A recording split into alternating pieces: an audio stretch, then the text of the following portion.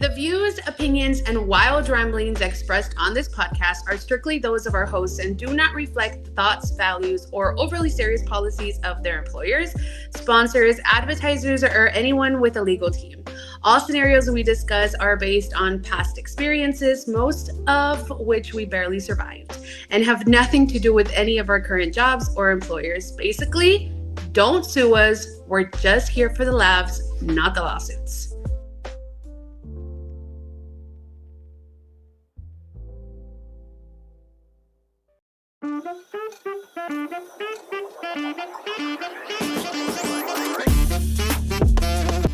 Welcome to the Four Friends Trying to Figure Out HR, the podcast where we blend workplace drama, HR nightmares, and a way too much oversharing into one wildly inappropriate package. Your hosts, they're a real dream team. First, we have Mama Mel, the HR queen with a knack for keeping it real and breaking the rules when nobody's looking. Heavy on the no one's looking. Next, we have Dr. Green, the one with all the fancy-ass degrees and the questionable sense of humor. E equals MC squared. Such a nerd. I'm the Big Llama. I come for the big laughs, the bigger opinions, and absolutely zero filter, because I don't even know what that word means. And last but not least, we've got Jake from HR. He's not wearing any khakis, and it's questionable if he's even wearing pants, but he is here to ensure that we're breaking HR guidelines just for fun. I'm always here to judge. So buckle up, grab your handbook, maybe a cocktail, and join us as we figure out HR one awkward scenario at a time.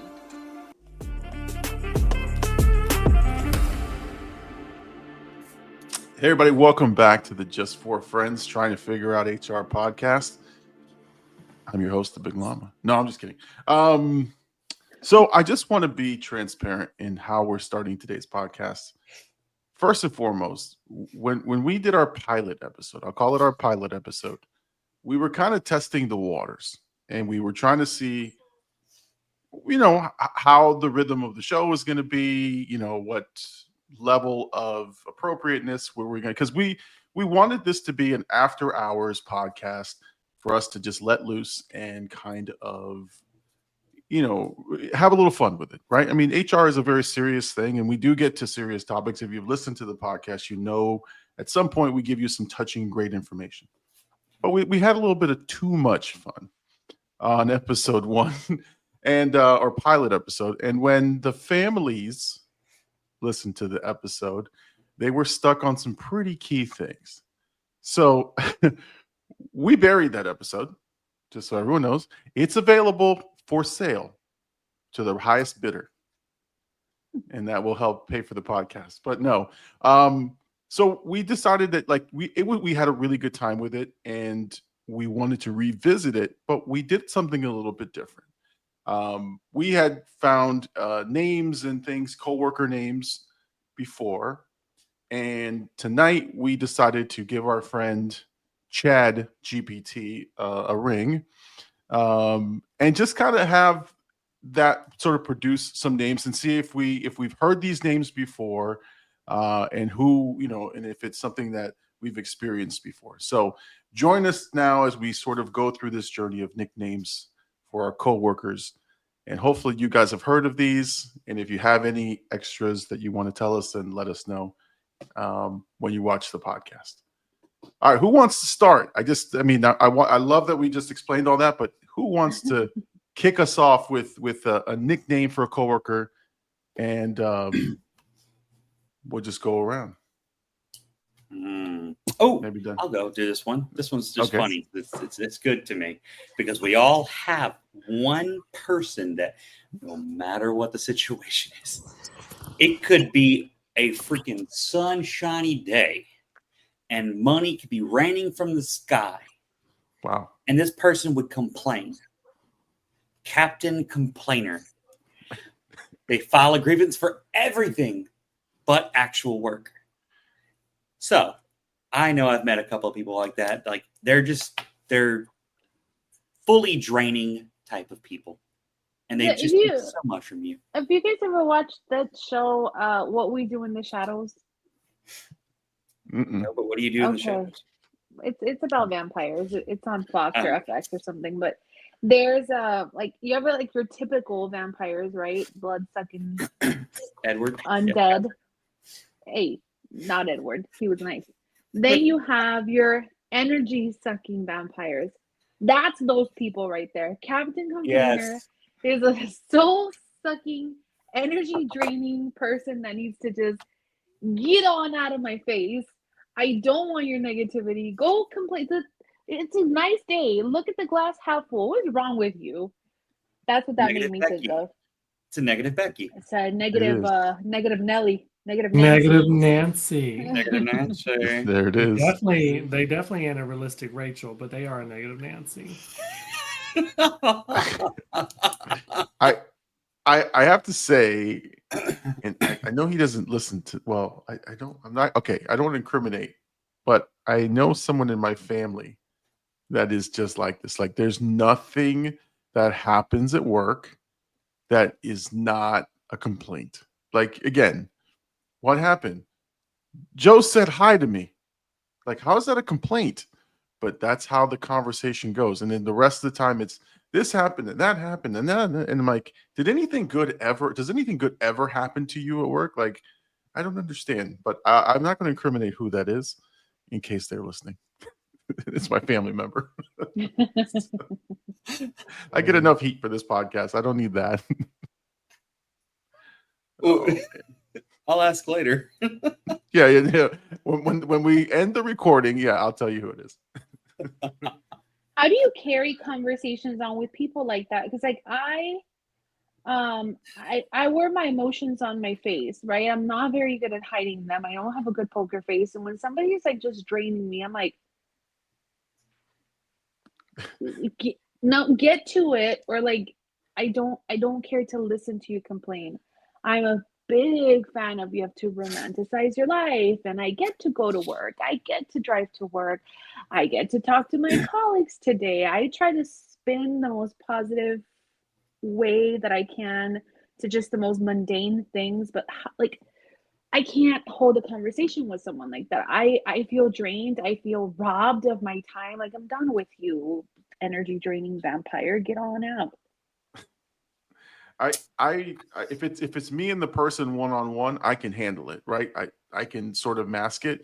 If I'm in a group of two or more people, I look like I'm in pain. I'm writhing in pain in the corner. I literally want this conversation to end.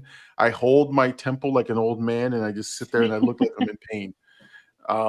So I have to stop doing that, but it literally pains me to listen to this nonsense of complaints. Like, oh, Becky. Becky's gonna get a lot of shit tonight.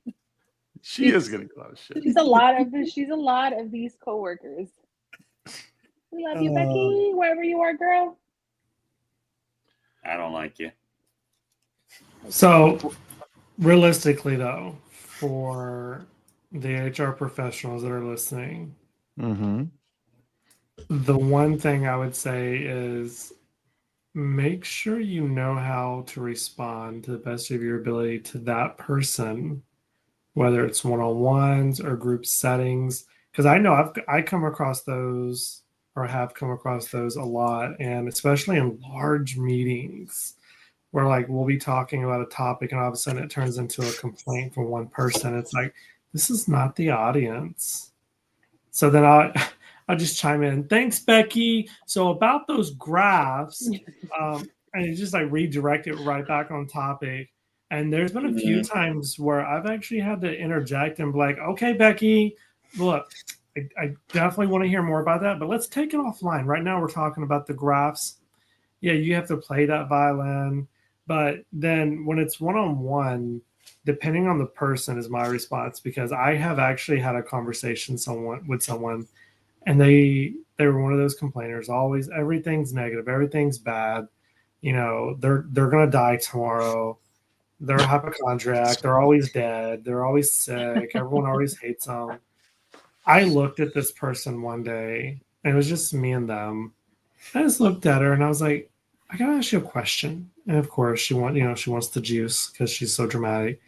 And I was like, how many people come to you and ask for advice on any given day? And she just looked at me. She goes, what do you mean? I'm like, either daily, weekly, monthly, quarterly, annually. How many people ask you for advice? She goes, well, I talk to people. I'm like, yeah, but how many people look at you and go, girl, I need your advice? Nobody. I'm like, I'm Nail going to tell one. you, yeah. But that's how I opened up that dialogue with her. Like, look, I'm going to give you some love here. You need to calm it down with the drama because nobody wants to be friends with the one who cries wolf every single day. Did you Like, give positive intent behind your message? there was positive intent, but I said it with much love, which was the point. Because she needed that nugget in order for her to develop and grow and have that psychological safety. As long as you move the needle, buddy, that's all that matters. Yeah, but I think it did well for her because she really didn't complain to me a lot. And I'm hoping that it went beyond that and she took that advice to heart and did it with others because some of us, we get so comfortable so fast with peers and even supervisors that we kind of vent to them the way we vent to our friends, to our spouses. And what they don't realize is you're building a reputation for yourself as the complainer, as the person that always has a problem, as a person that's never happy. And it ruins your reputation. And sometimes you do it with the wrong person that they're a key factor in your success of your career. So, Good point. caution. Yeah. Becky, calm down. Be cautious. Exactly. Let me take the next one because I just thought of a quick story with it. So the next person that the next character in the office, right? Captain Side Hustle, doing 3 other jobs during the 9 to 5. They always trying to sell you that damn chocolate bar at the office because their son or daughter's always selling a chocolate bar for something. Exactly. They always got a money-making scheme. They got some Tupperware they want to sell you. They're always posting some shit in the break room. I mean, but the funniest thing that I had to do, this guy was selling discount designer shoes. I mean, he had a duffel bag, like a big, Dr. Green, or both of you, Jake and Dr. Green, big giant army duffel, the green one, the big green duffel bag, the big nasty one, full of designer shoes, again, knockoffs, designer shoes, sandals, you name it, right? He would go around the entire office and sell these shoes, making tons of money, but he was never logged in to his adherence because he was a phone rep.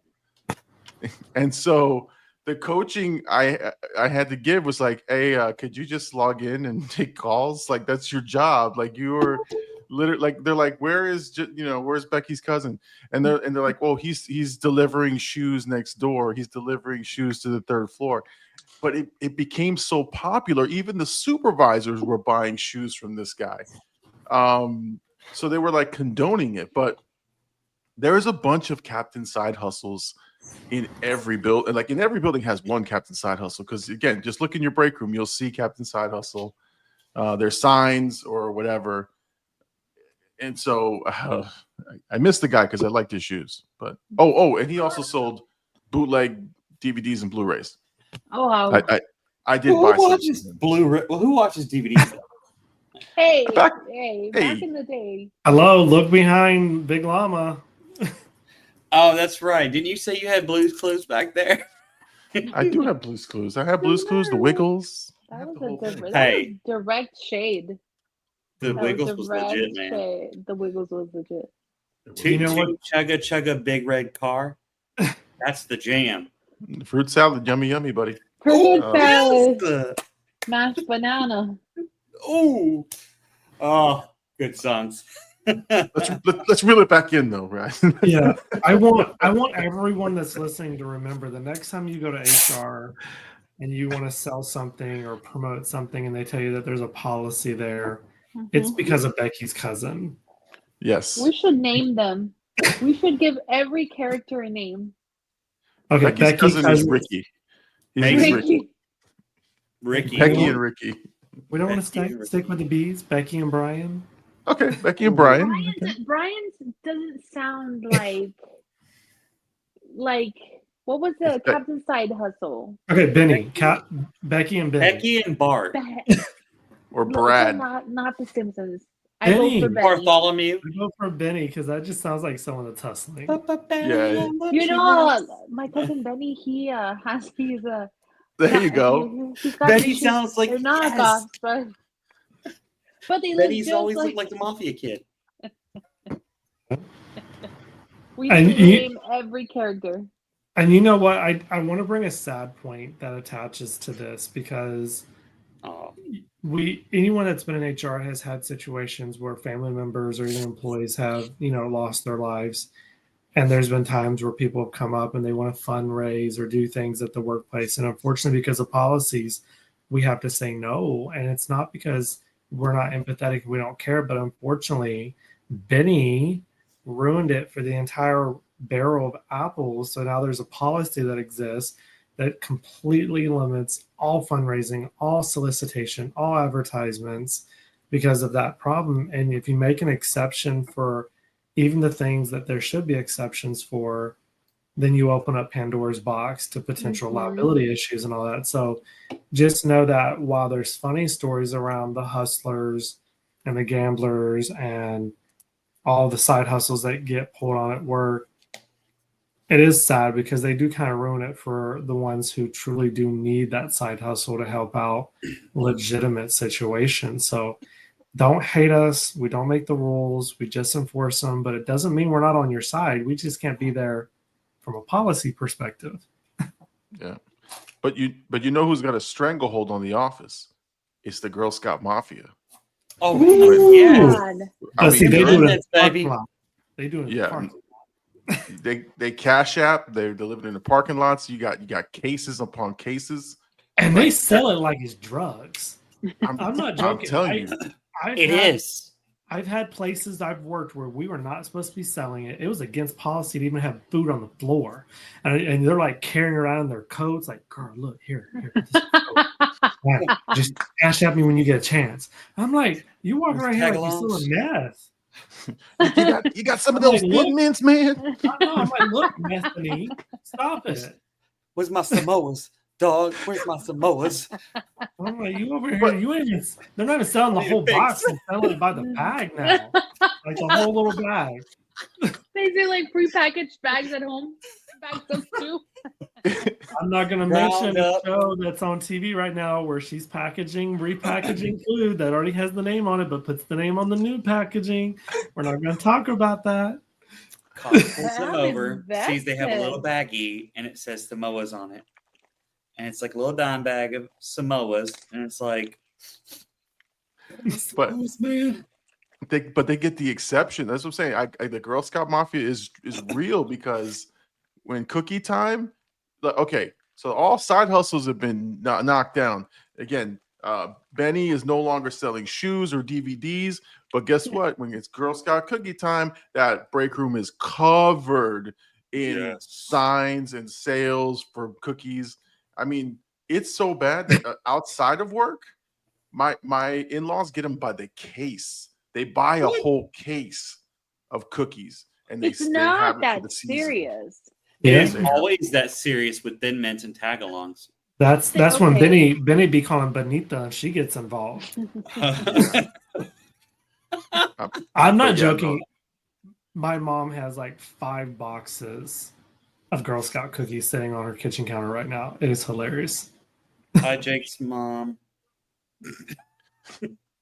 And again, I don't know when cookie season is, but like I said, when it's time, they are ruthless. They don't care. Rules be damned. Yeah. So let's reel back in. Mel, do you have one? Yes. We talk often about that one coworker that just has all the tea, just all the gossip. Yes. The bloodhound. Jake. They'll sniff out office gossip from a mile away. I admire this person to be them when I grow up. just nosy, and I want to know the tea. Like, I love tea when it's not my tea. Also, when it's not bringing me extra work, but like, I can appreciate a good little office rumor here and there where you're just like, if that's true, that's fucking crazy. Okay, so let me just combat Dr. Green's snarky comments over here. Don't hate the player, hate the game. I'm going to hate the saying because that was from 2000. All the Bloodhound is doing is just making sure that his 3 other friends out of the 4 friends has the relevant information that they need to make an educated assessment of the situation. And I tell people all the time, HR does not gossip. We simply discuss things that could be pertinent to a future investigation. You just think it's gossip. We're just hunting down some answers, and we're like, stupid. I think one too many true crime podcasts has been listened to. That's why these people know so much.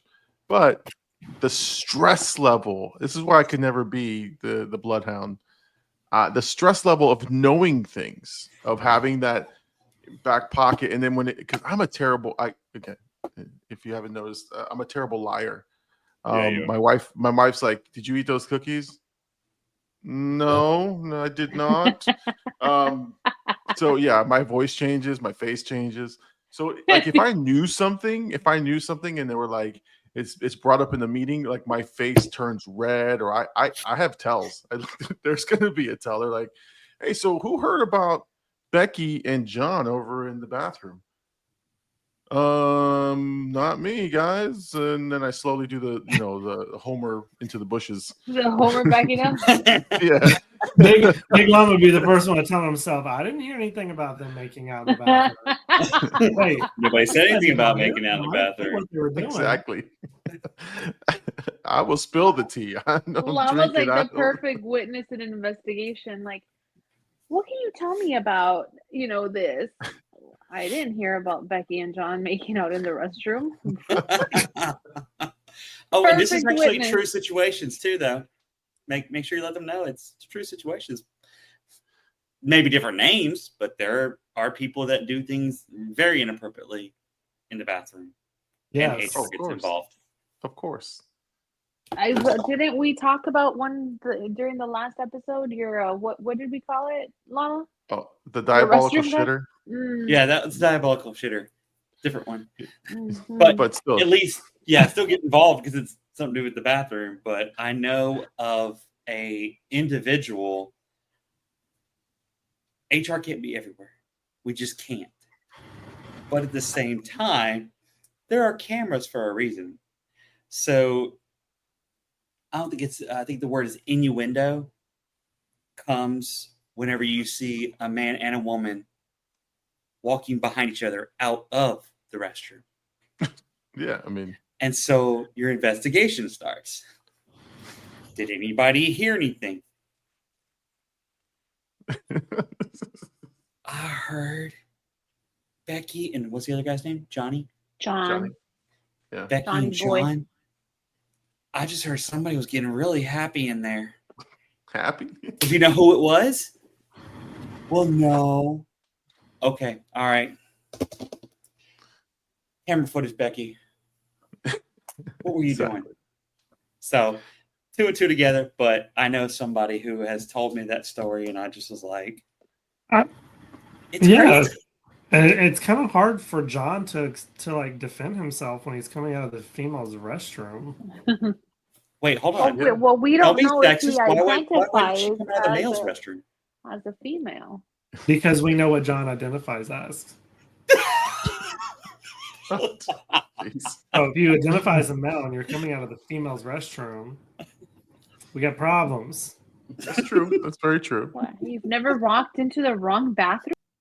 Not for 22 minutes. I guess Mel went to the restroom. Continue. She's having some Wi-Fi issues. She's her office nickname is the Wi-Fi Bandit.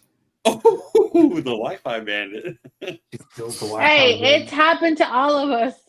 The unpaid Wi-Fi Bandit. Quit stealing your I pay my neighbor's Wi-Fi. bills. My bills are paid. You guys Remember we ever had watch this thing?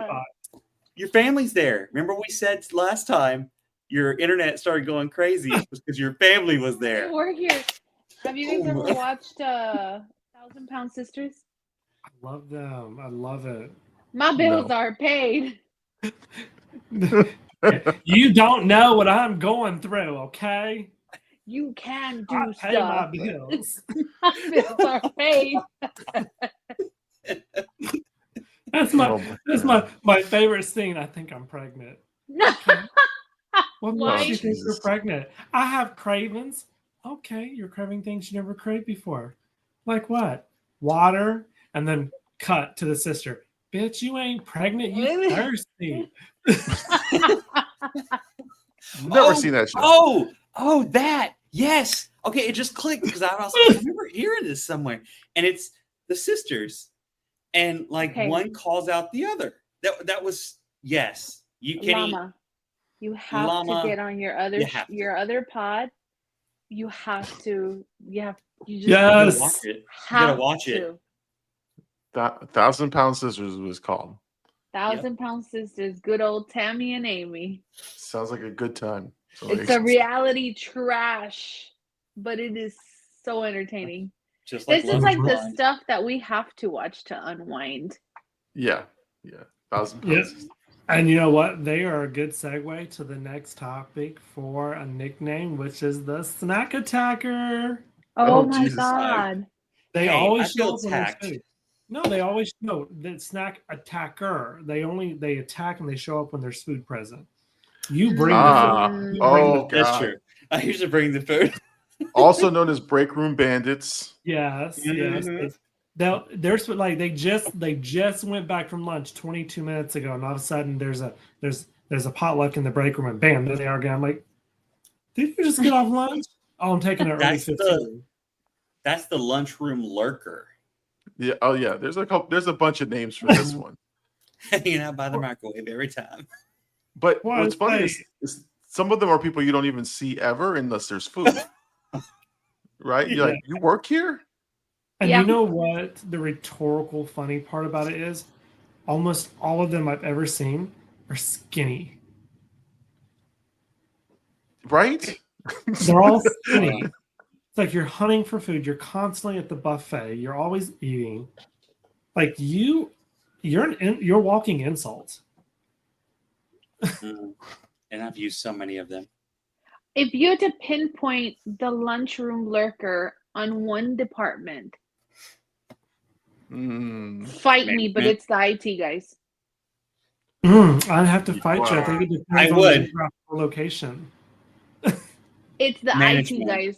They never come out of their office unless there's some type of sweet or snack attached to this meeting.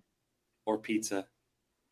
For me, it was a combination between the janitorial staff and that middle manager that like has a little authority but has no authority. They're high enough up to give out directions, but not really high enough up to actually make the directions. For some reason, they tend to disappear and show up where the food is and leave they just abandon their team every time. They come back with food, eating, and their team's going, I'm hungry. Oh, this was the last one. Ooh, and they stay for the entire event. They stay for the whole thing. Like, what are you doing today? Like, you're there for 2 hours, dude. How do I know? I was monitoring the event. Okay. I was helping clean up. Oh. That's also actually that's another ploy, is the cleanup guy. Like, that's another one of the lurkers. The person who's Mr. Clean. Yeah, the one who always comes in to clean up after events. They usually eat everything at the end. Like, then you only see them at the end. They're all there for the food. It's food. We appreciate those though. Yes, we appreciate those guys. Yeah. It's almost like they're almost like that coworker, the Bloody Mary. Mention their name and they'll come running. Oh, you say something, Bobby? They just kind of lurk around the corner. Hey, you're like, no, I was just talking about this guy. We didn't talk about Sex on the Beach or a Metropolitan, whatever we didn't say that name there, Big Llama. You didn't say Baby Bell. Oh, Baby Bell, I'm there in a second. Potluck with Baby Bell, I'm there. He brings his own Baby Bell. You guys suck. So, what You know about Jake, you know what you are? what am I? What's my nickname? You're the cinnamon. The You cinnamon. always spice things up. That's true. Wow. That was a true. fail. He does spice things up. Oh, he's spicy, especially when you get him mad and talk about his favorite topics. He just First of all, I prefer the word passionate. I'm very I was passionate. gonna say very passionate. Yeah. Very passionate. Okay. I am not what HR would use, and this term is mainly used in HR as we call them a WHR. What is it? A WHRN, a walking HR nightmare. Oh, I'm like, where are we going with that? yeah, me too. I was trying to figure that out. Well, because you can't believe there goes that WHRN right there, walking HR nightmare. Oh. Oh. Mm. That's usually Becky with her choice of clothing. She's a walking Yes. HR nightmare. Oh. Yes.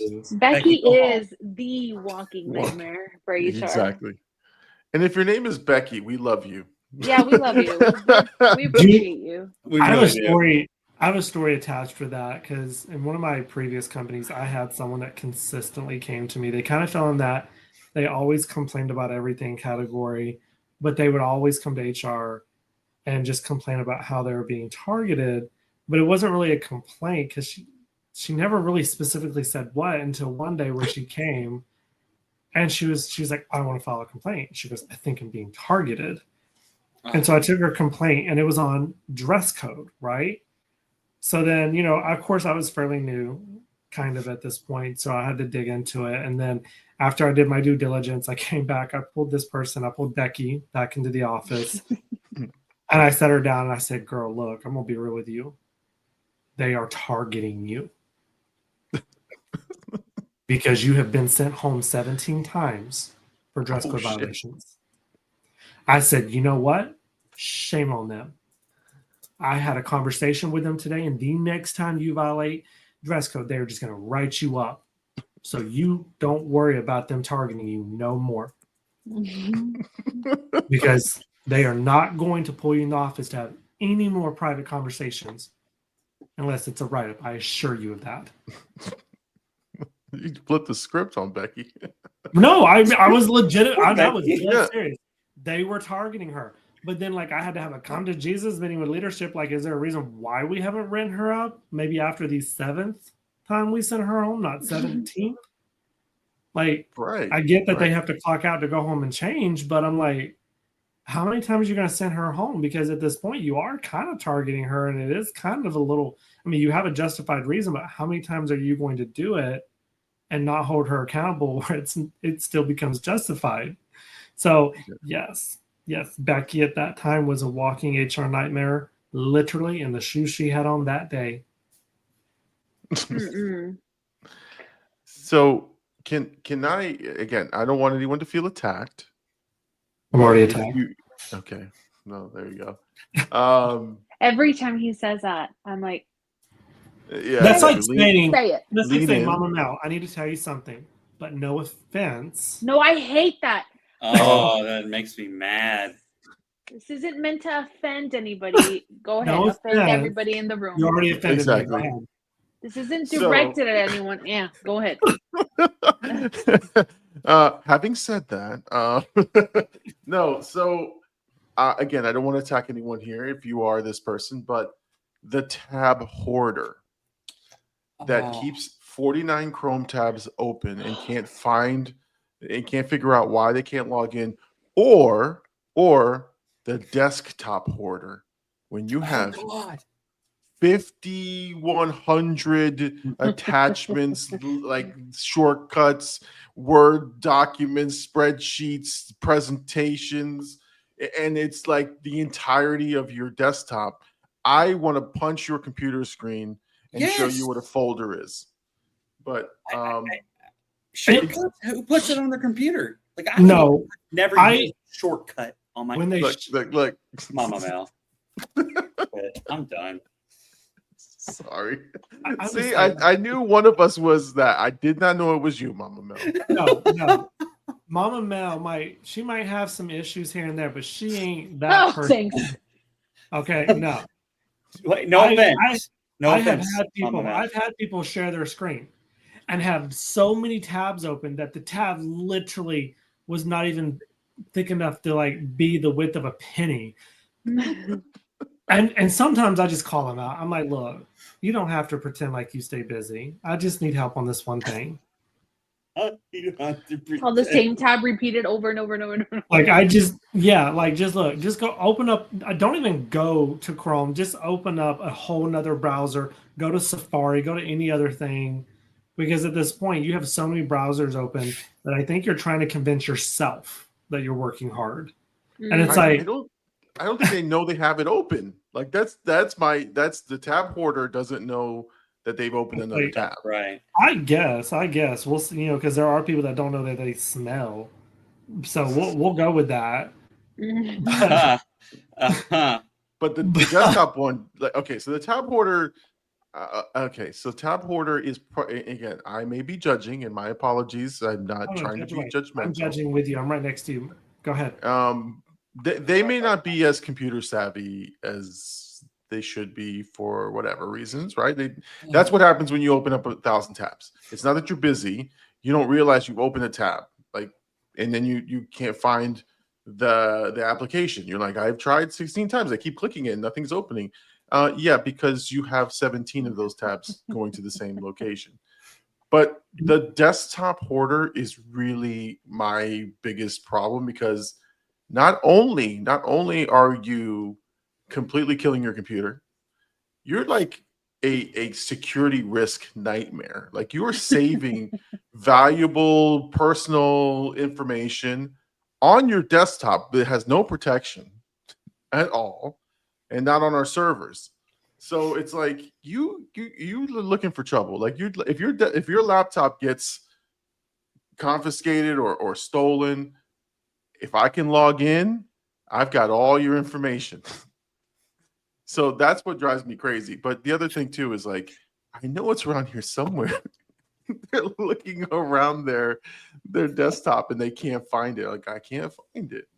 And you know what bothers me is when they try to blame it on ADHD. I'm like, no, you're the pot trying to call the kettle black, and I'm the kettle. Don't blame ADHD on that. So we have to give Mama Mel an opportunity to speak on behalf of the desktop hoarders, because she is making faces right now.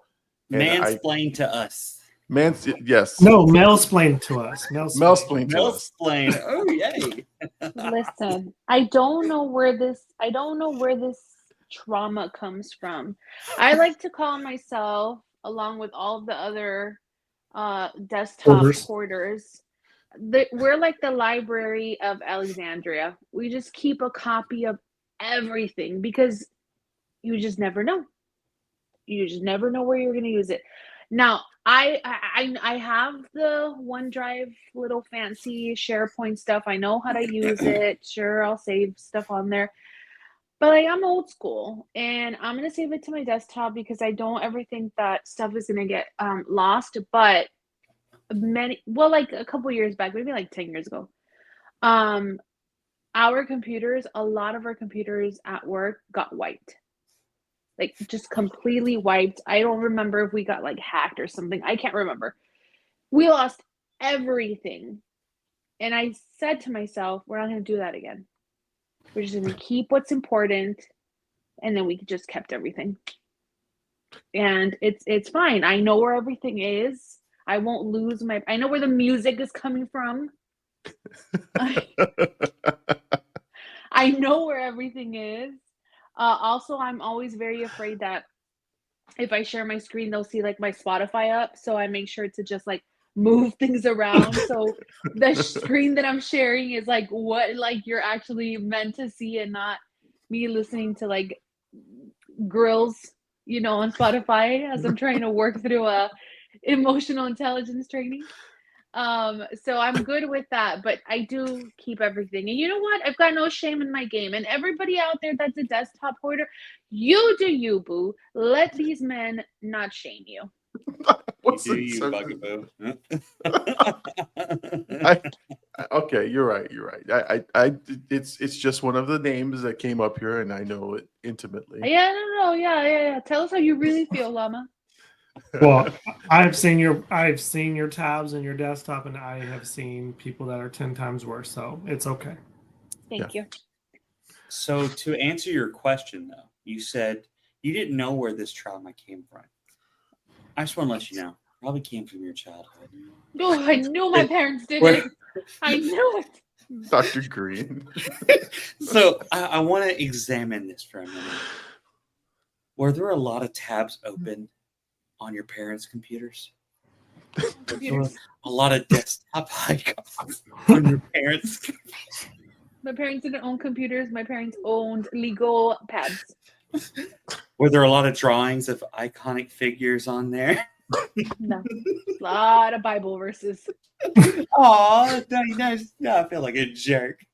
A lot of Bible verses and candles. A lot of Bible verses. Just kidding, Mom. Oh, that's wonderful. Just kidding, Mom. Mama. Just kidding, Mama. Please continue to pray for your daughter. One day I'll get it right. Especially after this. Sorry, So Mama. now that Dr. Green said that, it made me think about a nickname that he may or may not relate to sometimes. Gaslight Gatsby. You're number one. You're number one, Jake. I am number one, and you are my number two. Who does number two work for? Number one. What? Didn't we define this in a previous episode? Because Llama and I were like, what gaslighting is like. We did. Oh, And yeah. then we defined it. What is Yeah, it? it's- When they try to make you believe something that isn't real? Well, they're charming, but very manipulative. Like, Narcissistic, etc. honestly, if you're think about someone that may work in HR, where when an employee brings an issue to them, they turn around the employee and that they try to make the employee think, well, it was your fault. You instigated it. You were part of the problem. That like you're manipulating them into thinking that it's all in their head or they were the cause of it. A lot of times you see that from, psychotic exes or toxic bosses. They love to gaslight because it basically gives you like, what's the word I'm looking for? It gives you like Stockholm syndrome, where like you're in an abusive relationship, but yet you stay and you love them. I do not love my Gaslight ex-bosses. Gatsby. Well, no, that's when you identify them as gaslighters and you know what's happening. So I'm just waiting to set them on fire. Gotcha. But- I brought up Bible verses and I remembered another character. Oh, Judas. Oh, They There you will go. throw anyone under the bus. it is self-preservation. It is not Yeah. show friends. It is show business. The kiss That's of pretty good. Judas. And you know what is terrible is more often than I would like to admit, I see the Judas personalities get promoted. Oh yeah, absolutely. And it's just because sometimes leadership is making decisions based on like numbers and not paying attention to morale or what's in front of their face. So then that Judas gets up there, and when Judas gets promoted, Becky gets wild. Becky's got trauma. Yeah. I wouldn't call myself a Judas, but I am very much about self-preservation. So Nothing HR folks, wrong with that. I am being 100% honest when I tell you that in HR, like, okay, so I'm glad we're talking about this because we have the ability and the power as an HR professional to either address it or let it slide.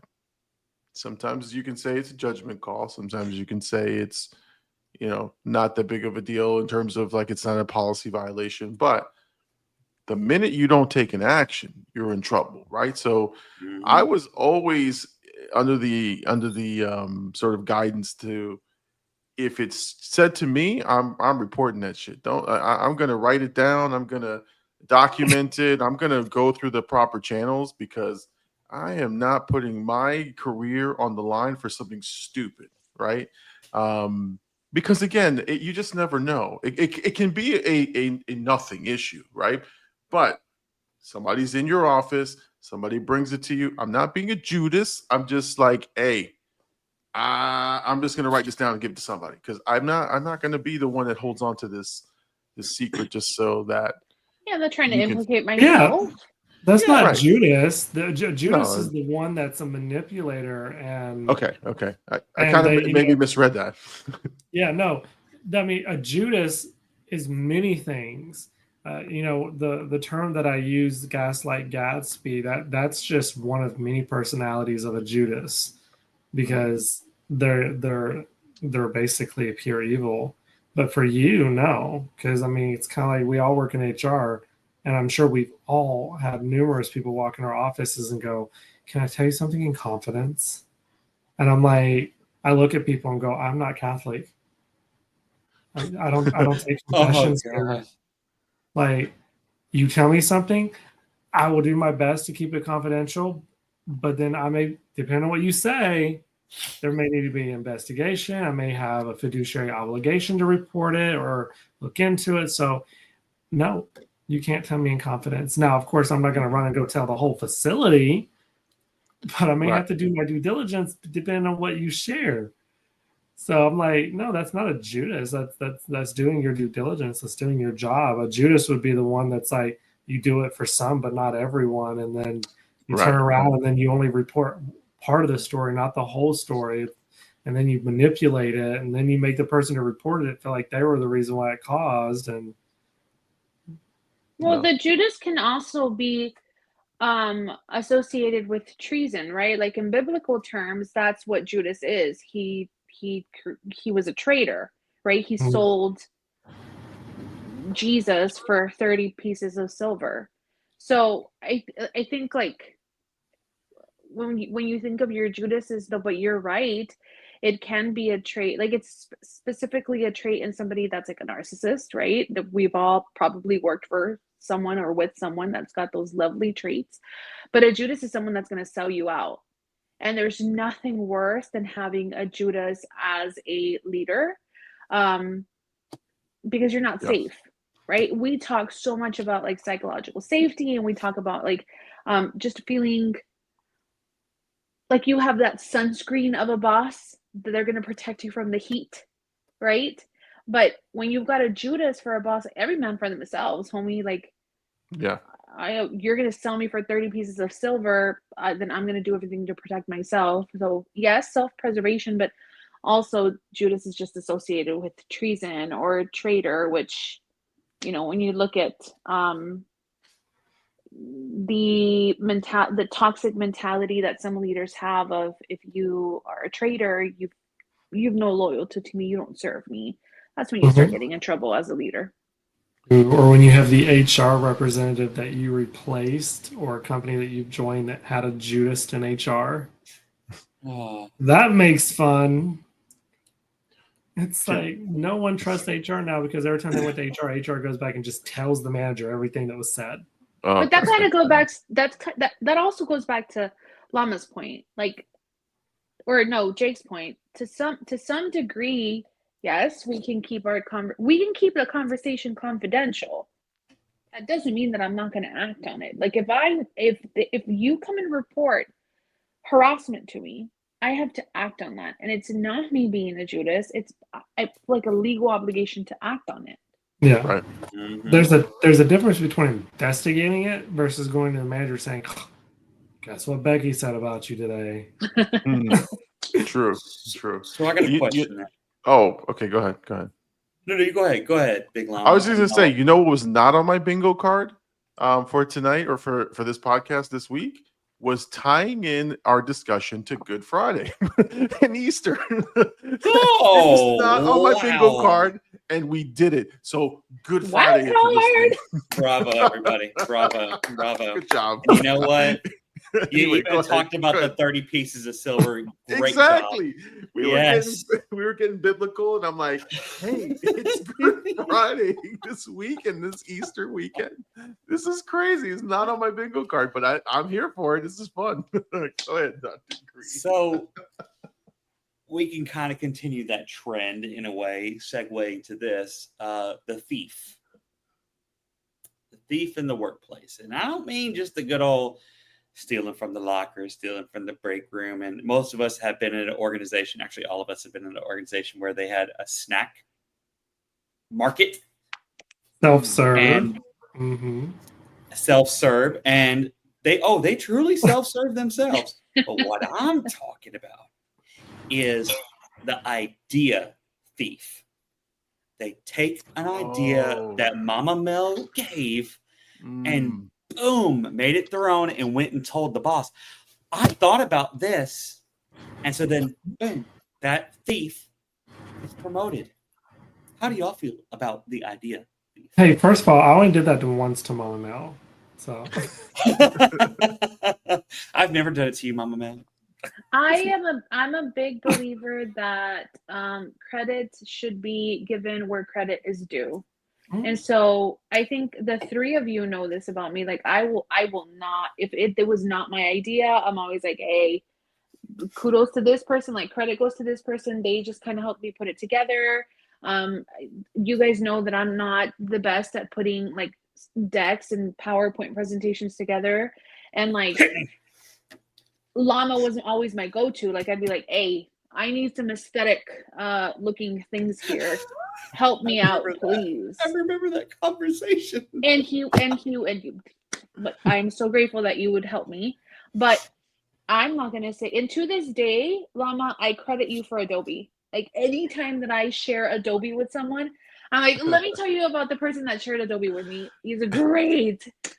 Gave me this beautiful tool, and now I want to share it with you. Like I just credit should go where credit is due, and like I want everybody that's on my team to shine when it merits it. So no, I'm not going to be jacking your ideas. Yeah, you raise them. Good. The idea thief gets free throat punches because for me, it's like I'm the same way. If I heard someone say it, I'll say, oh, I heard so and so bring up this great idea. I think we should try to implement it, right? But you're just a nasty, you're a dick when you do something like that. I'm sorry, it brings out the worst because it's like you're not being genuine, right? And it's if it is truly Dr. Green's idea, like give him the credit, right? Like what are you doing? Like we work together. He's gonna know. And you're just burning bridges along the way. So yeah, I hate the idea thief. The idea thief can come in many different ways. But I hate when they don't include you. Like, look, if you're gonna steal, just let me know, right? But like they have a secret meeting or they have a side meeting, and all of a sudden, the presentation that you provided is now up on the screen, and they're like, Becky, look what Becky did. This is amazing work by Becky. I'm like, man, I shouldn't have gave that bitch nothing. Like, look at this what she did to me. But no, honestly, like that's wrong. That's wrong. Like if you do that often in terms of like give credit where credit is due, people will respect you and they'll understand and they know that you're an advocate for them. But when it catches up with you. When you're an idea thief, it'll catch up because when you have burnt every bridge and no one's going to help you, it's your own thoughts and ideas, you're going to find out that they suck. So I felt like you were hurt. I have been hurt a couple times, but he's got trauma. Remember we talked about childhood trauma. He got them PTSDs. He got PTSD from the workplace trauma. Yes, I do. In the words Nothing of wrong with that. 16 and Pregnant, he's got the PTSDs, the post-traumatic Down syndrome. That's PTTS. No, have you not seen No. the guys on 16 and Pregnant? And he's like, he's talking about his girlfriend was kidnapped and she has PTSD, and he says post-traumatic Down syndrome. Oh my God! Oh, Thank you for explaining that, because I was like, yes, God, what a jerk. right. We went left field. We went. Whoa. Hello, Y'all God. need to watch Judas. some more reality TV. Some of us have to work, in 16 HR. and Pregnant, 1,000-Pound Sisters. Not all of us I can don't watch- sleep on the floor or lay down on the floor. I don't watch Can you any of those imagine shows. if HR had a reality show? Oh, it would be great. Actually, like the cops version where they follow cops around all day. They're just following The HR Office. around all day. You gotta sign this waiver. We can't publish this case. Do HR, the Office HR edition, Yeah, hey, we could. and we could have a cringy boss that's in their office and doesn't see anybody, just gets on the Teams, even though they're 5 feet from them. All those types of things, and puts passive aggressive things out there in the world, and like the passive aggressive poet. That's what we'll call The them. passive aggressive poet. There's nothing worse than having a Dory on your team. And I don't even need to explain that one, because you guys all know exactly what Yes. that means. Yes. What does that mean? Dory. Those are your folks at the team's meetings. Is this being recorded? Is this going to be shared? After the presenter just said, I'm recording and going to share this. And then they go into detail. Who's gonna send it to me? Damn it, Becky, just wait. Ma'am, it automatically gets sent to everybody on the call. Check the chat. It's there. Just like the last 22 recorded conversations we've had on calls have been sent to you. This one's the same. Well, my favorite with that kind of story is that you provide them everything. Mm-hmm. And then, for example, you provide all of these slides, and you're setting them up for success. Do they use any of them? No. And you're like, why did I waste my time on getting you this thing and you don't even use it? Oh, I forgot. What do you mean you forgot? We've been sitting here for 30 minutes talking about this specific PowerPoint. Listen, And it's due today. along with that is Scripted Sally. You know who Scripted Sally is? Nope. Tell me. She reads the PowerPoint slides word for freaking word. Oh, Doesn't know what is on that slide and doesn't understand the material, just reads the slide. you know what makes it worse, Stuff. Big Llama? Is when Sally does the same thing with write-ups or terminations. Yes. Yes. They go in the room.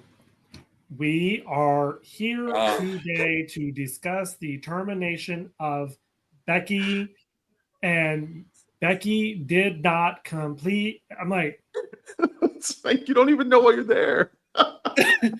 Don't get red eyes, get clear eyes. it's just like, did you not plan? Like, you knew this was coming. You had the documents 24 hours before it was due to issue. What? Oh my geez! And then you can't really say nothing in the middle of the meeting, whether it's a PowerPoint or term or write up. You can't. You gotta let it ride. All you can do is just sit there and just try your best to be the best poker player that day, and just not make any facial expressions on what you truly feel and think about that person that day. So can I tell you why I'm so passionate about this? Is okay. I specific scenario. Won't name any names. I presented something that I created, and I said, "This is a great presentation." I did it my way. My style is those bullet points on the screen are just reminders for me to have conversational pieces to explain the material because I understand the material. And I was told, that's really great. Show others how to do it and then let them present it. I sat in on Scripted Sally's presentation, and she had no idea what she was reading. She like fumbled words that were on the screen. Like, that's embarrassing. Like when you're like, and so we are on a boarding. It's onboarding, bitch. That's what the word says, onboarding. No, boarding. Like you clearly don't know what's on the screen. So like I had to sit there and watch this train wreck for 30 minutes. Actually, the training should have taken 35 to 40 minutes. It took 10 minutes because they were just reading slides. So they just read slide next, read slide next, read slide next. And it was like, all right, I hope everyone enjoyed the training. Anyway, I take it. No training in that. There's no training. Scripted value. I was saying, and then everyone walks out of there. I just survived another meeting that could have been an email. Exactly. Mel, you're making faces. I mean, you know that this happens everywhere. It's crazy. It does, but I was going to ask you guys, like, when you prep, so when I prep a deck, then I'm going to share with colleagues or director, supervisor, whoever, right? I like to leave detailed notes in the notes section, right? I give you definitions. I prep you to the best of my ability with what you're going to need, because that's how I like to receive things. Like, give me what I want. Especially if it's something that I didn't put together, like give me bullet points on that slide, but in the notes section, tell me what I should be referencing, because I don't know where your mind is when you're putting this deck together. When I'm doing it, I know what I'm trying to present, and I know the points that I want to get across. So I want to build that for you, and I want to make your life easier so that you don't have to read slides. Also, I think trainings that go over 30 minutes are like a little much. Like, I'm going to have your attention for like a good 20 minutes, and then I'm going to lose you. So I keep that in mind too. But with the Scripted Sally, I have been known to read a couple of things, but don't you prepare before? Like, I was going to ask you guys, like, when you know you're going to present something, I like have a mock presentation, and my poor Jay, he always has to sit through them. And I just listen. He knows so much about HR. He does. That's why he wants to come on the pod so bad. He speaks our lingo. But I have I mock present first. If I'm doing anything, like if I'm doing a business review, if I'm doing a training, whatever I'm doing where I'm going to speak in front of people, I'm going to rehearse it first. Is that not normal? It is not for me, and I'll tell you why. I don't know what it is, and I do because I think fast and I think on my feet. But when it comes to like PowerPoint presentations, I can tell you multiple times I have not seen the deck. And I would go to the first deck, and I'm like, okay, I already know what's going to come up next, or I already know what common sense. Now, there's been a couple of times where I've slipped up because it wasn't common sense PowerPoint. But if I talk about, rivers, lakes, and oceans, if I'm talking about the river, the next thing should be undoubtedly a lake. Next one after that should be an ocean. That's common sense PowerPoint.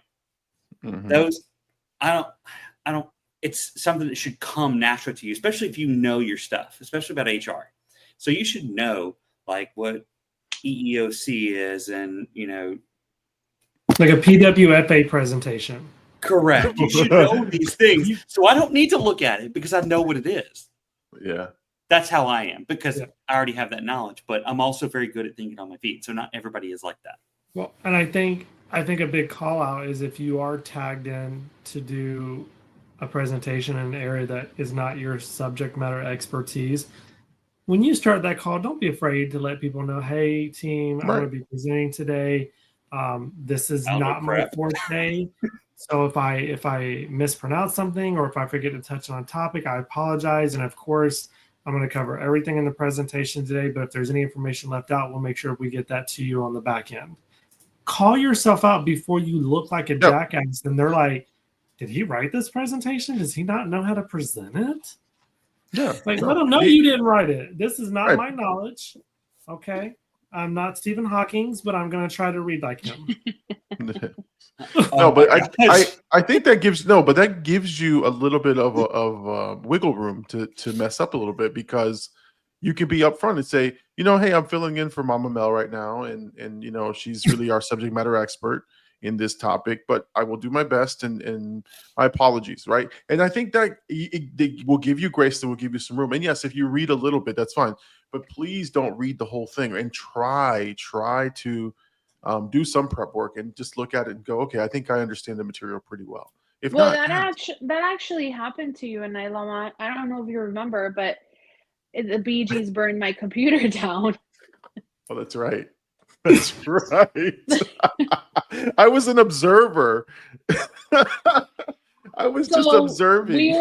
We were presenting this new,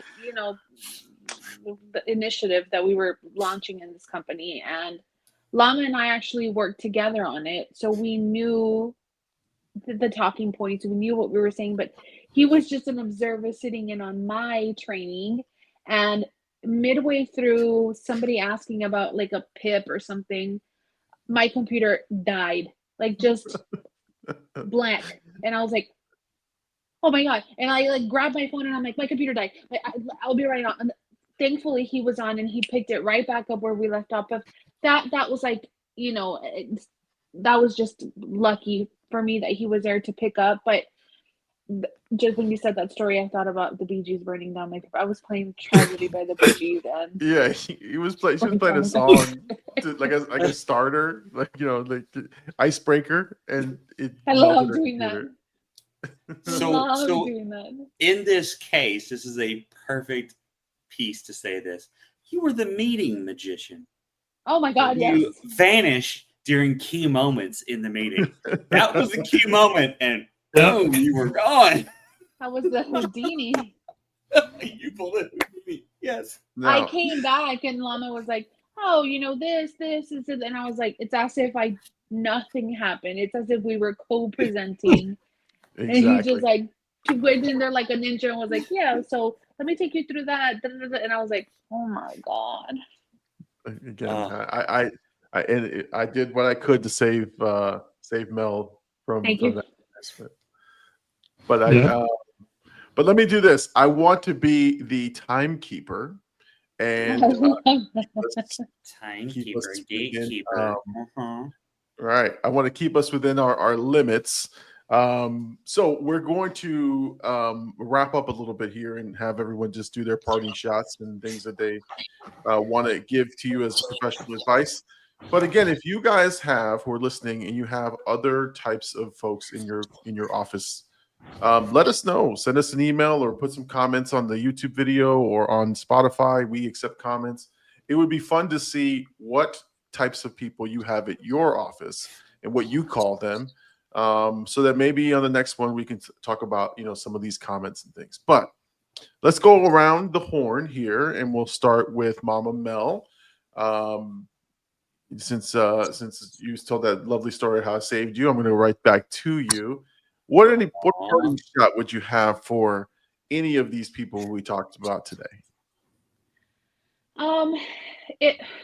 Independently of what coworker you are, right? If you are the policy Houdini, if you are the micromanagement messiah, just don't be the stinky one. I said it in our pilot episode, and I'm going to repeat it. Just don't be the stinky coworker. Be hygienic. Show up to work looking presentable. If your dog peed in a pile of clothes and you don't know whether it's clean or not, don't wear it. Don't wear it. Don't come stinking. And also, don't heat up fish in the microwave. It's disgusting. Oh. There you go. There you go. Second that. We'll go to Jake.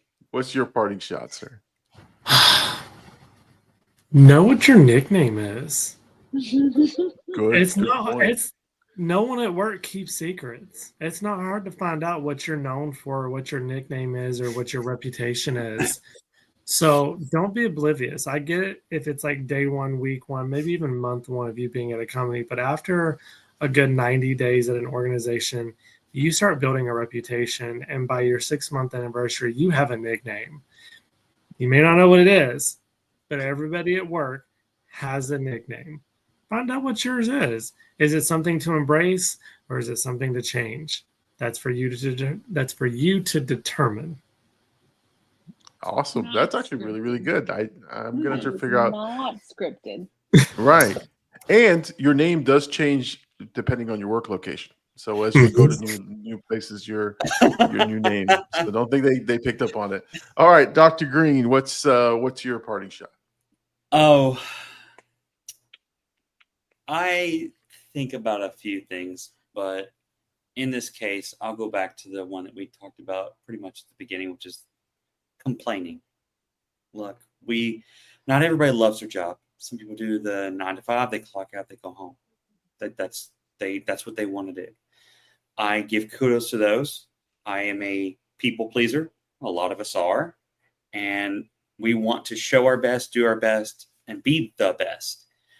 So if you're not in HR and you don't have this relationship with other HR people like we do, try to look at life as the glass is half full, not half empty. Because if you go into work every day, day after day, you're creating your own workplace trauma by not trying to look at the good things and looking at, I'm getting a paycheck. That's fantastic. But you know what? Unhinged big llama over there is just making everybody laugh. And it's been a great place to work. And so, but find something from that. Don't be the complainer. Nobody likes the person who's always complaining. Complain about the right things. Like, hey, we need more workplace involvement. We need some engagement here. So that's the advice I would give. Stop complaining. Find the good. Find the positive. That's really good. That's good. That's snaps. Yeah, snaps for everybody. Now, I will say this. Like, I always say that it takes all kinds of employees to make a workplace run and make it fun and make it exciting. And if you can own some of your nickname, right? Like, I absolutely okay, we talked about Captain Side Hustle. I love Captain Side Hustle because there's benefit there. I don't like the Girl Scout Mafia, but again, Captain Side Hustle might have some good things, right? The Wi-Fi Whisperer, all these people may bring some good things. So just look for the positive things. I think we've talked about that. Look for the positive things at your workplace.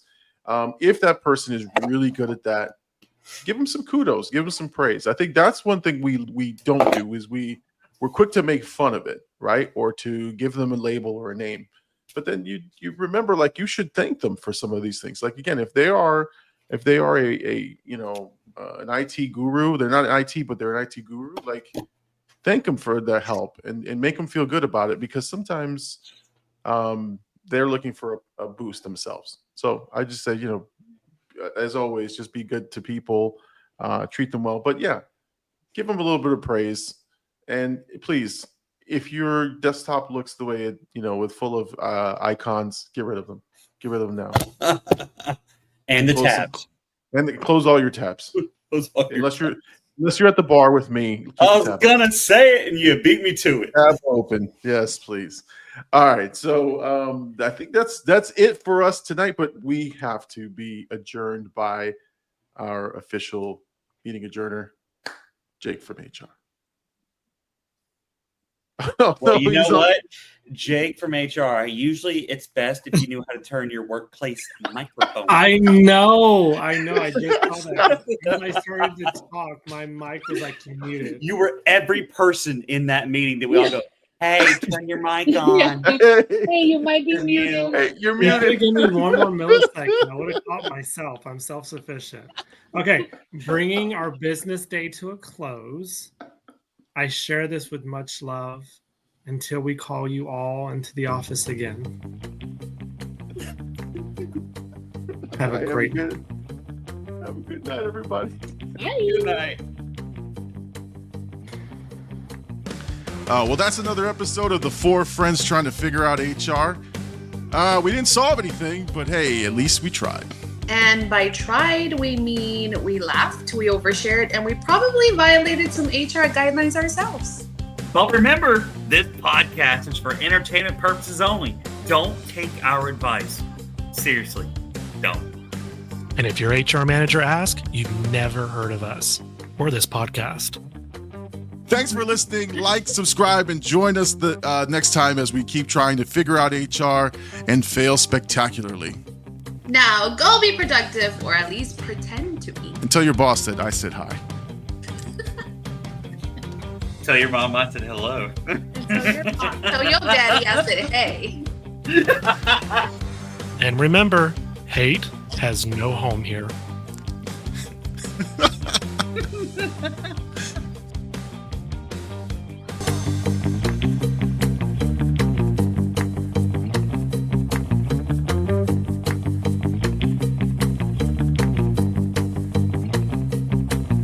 Thanks for listening. We'll be back next week again for a fresh round.